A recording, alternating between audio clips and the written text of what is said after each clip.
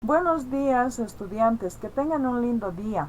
Antes de ingresar a la explicación de los aspectos relacionados con la tarea presente, nos ponemos en la presencia de Dios, dándole las gracias por todas las situaciones que pasamos en la actualidad y entendiendo que todo tiene un propósito para Dios.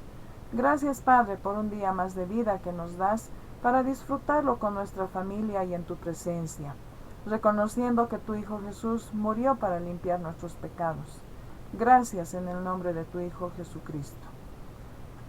Bueno, ahora sí vamos a entrar a hablar de las mutaciones genéticas. Y esta parte es la continuación del trabajo que realizaron con anterioridad, es decir, las anomalías o malformaciones. Para ello recordemos las leyes de Mendel. La primera ley nos habla de la uniformidad, donde participan razas puras cuyos resultados son individuos híbridos. La segunda ley nos dice que la unión entre los individuos híbridos dará lugar a la segregación de caracteres, es así que se manifestará el carácter recesivo.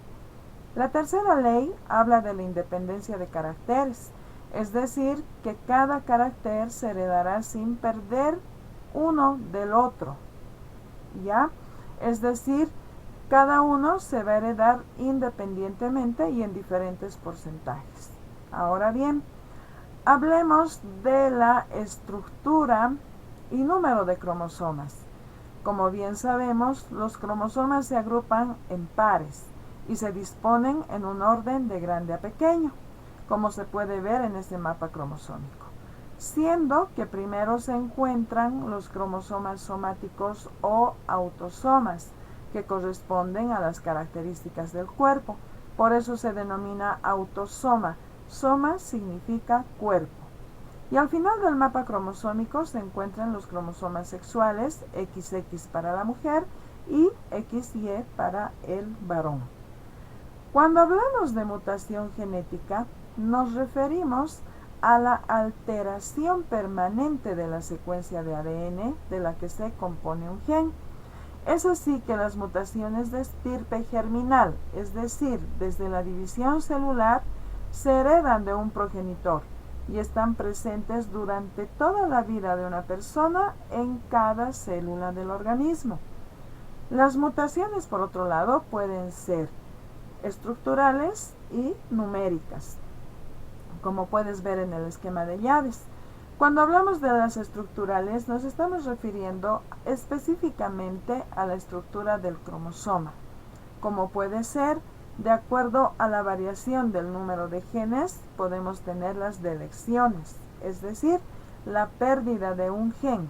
Como vemos en la presentación, ese gen puede ser información de cualquier característica del individuo. O pueden ser también duplicaciones, cuando se aumenta el número de genes, es decir, que se repiten.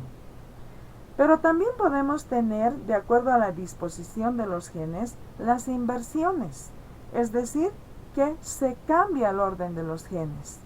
O podemos tener las translocaciones, cuando los genes se intercambian en los cromosomas. No se pierden, pero sí se cambian en orden, no en un cromosoma, sino de un cromosoma a otro. Pero también podemos ver otras mutaciones, en este caso las mutaciones numéricas, que están referidas al número de los cromosomas. Así podemos ver la haploidía, que disminuye el número de juegos cromosómicos, es decir, en vez de presentar después de la división celular células haploides con 2 juegos de cromosomas, solo presentan células haploides con 1 juego de cromosomas. Pero también puede darse la poliploidía, que es lo contrario de la haploidía, es decir, se presentan más juegos de cromosomas, pueden ser 3 o más, como vemos en los gráficos. Y de acuerdo a la variación del número de cromosomas, tenemos la aneuploidía, donde se pueden dar pérdidas o ganancias de juegos de cromosomas. No hay un número determinado, como puedes ver en el gráfico.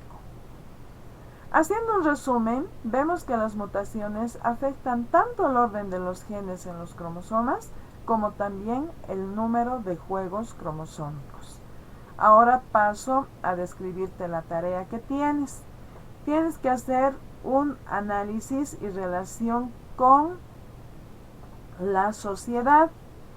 En este caso, tienes que ubicar la idea que tiene la sociedad de estas anomalías en las personas, partiendo de ti, obviamente, ¿no? Que somos parte de la sociedad. Los casos que pudieron haberse presentado en la sociedad, la descripción de las reacciones frente a estas anomalías, o ya sabes que se llaman mutaciones, que presentan algunas personas, y sacar una conclusión del análisis realizado. Esta tarea es para el sexto D y el sexto E. Como pueden ver, tiene las mismas características que la anterior tarea. Muchas gracias por su atención. Que tengan lindo día.